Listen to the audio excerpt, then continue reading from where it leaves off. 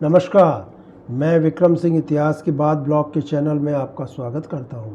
मेरे इस वीडियो को लाइक, सब्सक्राइब और कमेंट करते हुए उत्साहित करें। इतिहास के सोर्स, इतिहास का जी एस देसाई की किताब the main currents of Maratha history, इतिहास ग्रांड डफ की किताब मराठों का इतिहास एवं इतिहासकार सर जदुनाथ सरकार।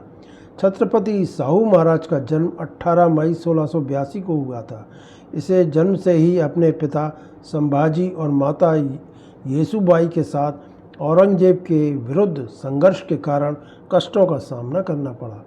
30 नवंबर 1689 ईस्वी को रायगढ़ के किले के पतन होने के पश्चात उसे अपनी मां के साथ मुग़ल हिरासत में ले लिया गया। मुग़ल हिरासत में आने के पश्चात छत्रपति साहू के कष्टों का अंत हो गया, क्योंकि वहाँ औरंगजेब की पुत्री जिनत उन निसा बेगम ने इसका पुत्रवत ध्यान रखा और औरंगजेब मराठा शक्ति का विनाश करने के लिए छत्रपति साहू को शतरंज के मोहरे की भांति प्रयोग करना चाहता था। अतः उसने छत्रपति साहू को इस्लाम धर्म स्वीकार करने एवं दक्षिण में मुगलों के अधीन शासन संभालने का प्रस्ताव दिया, लेकिन छत्रपति साहू महाराज ने औरंगजेब के इस प्रस्ताव को अस्वीकार कर दिया। अब औरंगजेब ने छत्रपति साहू को अपने पक्ष में रखने के लिए अपने अधीन 2 मराठा सरदारों सिद्ध खेड़ के जादव एवं कनखेड़ के सिंधिया की पुत्रियों से विवाह करा दिया। यह विवाह शाही शिविर में ही साधारण परंतु राजकीय सम्मान के साथ संपन्न हुआ और इस अवसर पर औरंगजेब ने छत्रपति साहू को इंद्रपुर, सूपा आदि की जागीरें तथा रायगढ़ दुर्ग से प्राप्त 2 तलवारें, जिनमें से एक का नाम भवानी था और जिसका छत्रपति शिवाजी प्रयोग करते थे, तथा दूसरी तलवार बीजापुर के मृत सेनापति अफजल खां की थी, उपहार स्वरूप प्रदान की। औरंगजेब की मृत्यु 20 फरवरी 1707 ईस्वी को हो गई थी। ऐसी स्थिति में छत्रपति साहू एवं उनका परिवार औरंगजेब के पुत्र आजम शाह की कैद में आ गए। आजम शाह के प्रधानमंत्री जुल्फ़िकार खान ने आजम शाह को छत्रपति साहू को मुक्त कर महाराष्ट्र जाने का परामर्श दिया। वह चाहता था कि मराठा साम्राज्य में उत्तराधिकार का युद्ध प्रारंभ हो जावे ताकि मराठा साम्राज्य कमज़ोर हो सके। आजम शाह ने छत्रपति साहू को मुक्त करने के लिए 3 शर्तें रखी। वह अपने पितामह छत्रपति शिवाजी के छोटे से स्वराज पर मुग़ल सम्राट के अधीन रहकर शासन करेगा। 2, वह आवश्यकता पड़ने पर बादशाह आजम शाह की मुग़ल सामंत के भांति सैनिक सेवा करेगा। वह दक्षिण के 6 मुग़ल सूबों से चौथ सरदेशमुखी इसी शर्त पर वसूल करने का अधिकारी होगा, जबकि वह अपने श्रेष्ठ आचरण की गारंटी के रूप में अपनी मां और अन्य स्वजनों अपनी मुक्ति के पश्चात ही मुग़ल बादशाह के पास बंधक के रूप में रखेगा। इस प्रकार यह शर्तें इस तरह रखी गई थीं कि छत्रपति साहू महाराज मुग़लों का शत्रु न बन जाए। छत्रपति साहू ने यह शर्तें मान ली, अतः बादशाह आजम शाह ने छत्रपति साहू महाराज को महाराष्ट्र जाने के लिए कैद से मुक्त कर दिया। छत्रपति साहू अपने स्वजनों से विदा लेकर दोराहा के मुग़ल शिविर से लगभग 200 अनुयायियों तथा सेवकों के साथ 8 मई 1707 ईस्वी को दक्षिण के लिए रवाना हुआ।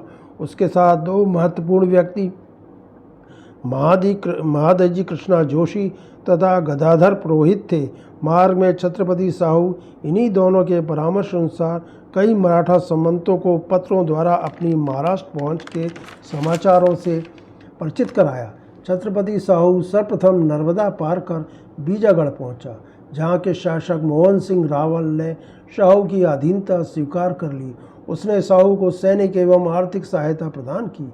1707 ईस्वी के मध्य में महाराष्ट्र पहुंचने पर साहू को अनुभव हुआ कि सतारा में अपने पितामह की गद्दी प्राप्त करना सुगम नहीं है।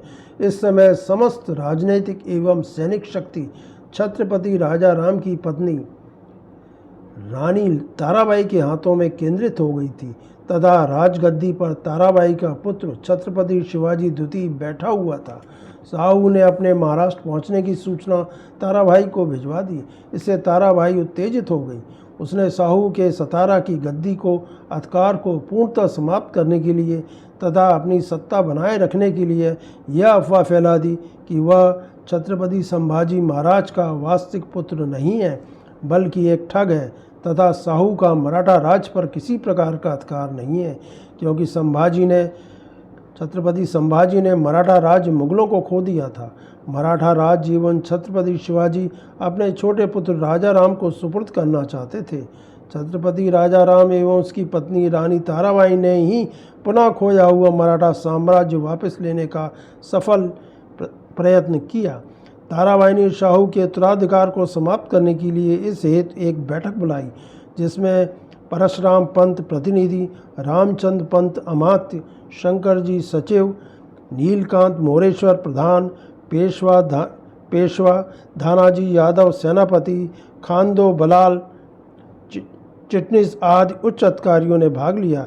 इसमें ताराबाई ने साहू के पक्ष में न जाने वह अपने पुत्र छत्रपति शिवाजी द्वितीय के प्रति स्वामी भक्त रहने एवं प्रत्येक स्थिति में समर्थन करने का अनुरोध किया। इधर साहू ने सर्वप्रथम परजोजी भोसले को अपनी ओर करने का प्रयास किया, क्योंकि वह छत्रपति शिवाजी का ही वंशज था। इस हेतु उसने अपने दूत को परसोजी तथा चित्रणजी दामोदर के पास भेजा। ये दोनों अपनी सेनाओं के साथ क्रमशः बरार तथा खान देश में थे। इन दोनों मराठा सरदारों ने तुरंत ही शाहू के पक्ष का समर्थन करने की घोषणा की। इसके साथ ही हेवतराव तथा नेमाजी सिंधिया भी शाहू के पक्ष में आ गए। इसके पश्चात साहू ने बालाजी एवं खांदो बलाल के माध्यम से सेनापति धनाजी यादव को व्यक्तिगत भेंट करने के लिए अपने पास बुलाया। इस बैठक में धनाजी ने गुप्त रूप से आश्वासन दिया कि ताराबाई की ओर से शाहू के विरुद्ध कृत्रिम युद्ध लड़ेगा और उपयुक्त समय पर ताराबाई का त्याग कर शाहू से मिल जाएगा। अब शाहू ने अपना सैनिक शिविर अहमदनगर के निकट लगाया। अक्टूबर 1707 ईस्वी में साहू को पता लगा कि ताराबाई की सेनाएं उसके विरुद्ध बढ़ रही हैं। इस समाचार को सुनते ही शाहू भी अपने शिविर से रवाना होकर नवंबर 1707 ईस्वी को भीमा नदी के किनारे खेड़ा पहुंचा। यहीं पर साहू की सेना, जिसका नेतृत्व स्वयं साहू महाराज कर रहे थे, एवं ताराबाई की सेना का नेतृत्व प्रतिनिधि परशुराम त्रियंबकम कर रहा था, ने वीरतापूर्वक युद्ध किया। लेकिन मराठा सेनापति धनाजी यादव की युद्ध में तटस्थता के कारण ताराबाई की सेना भी की हार हुई एवं परशुराम त्रियंबकम अपनी बची सेना के साथ सतारा भाग गया। इस हार से रानी ताराबाई की दुर्बलता स्पष्ट हो गई। अब खेड़ की विजय के पश्चात साहू महाराज अपनी मराठा सेना के साथ सतारा पर अधिकार करने के लिए बढ़ा। उसने चाकन, पूना, सूपा, जयजुरी, सिरवैल, रोहिड़ागढ़ एवं मार्ग के अनेक दुर्गों पर अधिकार करता हुआ साहू नवंबर 1707 ईस्वी में सतारा पहुंच गया। परंतु साहू के आगमन के पूर्व ही रानी ताराबाई अपने पुत्र शिवाजी द्वितीय को लेकर पनालगढ़ चली गई एवं सतारा पर साहू महाराज का अधिकार हो गया। 22 जनवरी 1708 ईस्वी को साहू का सतारा में परंपरा अनुसार राज्याभिषेक हुआ और वे मराठा राज्य के छत्रपति बन गए। अब छत्रपति साहू महाराज ने मंत्रियों सेनापतियों की नियुक्ति की। पेशवा भैरव पंत पिंगले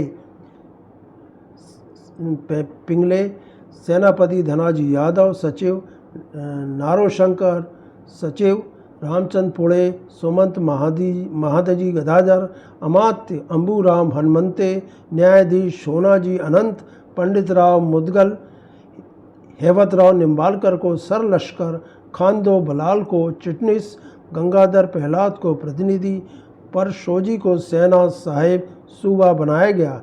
इस प्रकार महाराष्ट्र में छत्रपति साहू महाराज के शासनकाल का प्रारंभ हुआ, जो लगभग 41 वर्ष तक चला। मेरे इस वीडियो को लाइक, सब्सक्राइब, कमेंट कर प्रोत्साहित करें। धन्यवाद।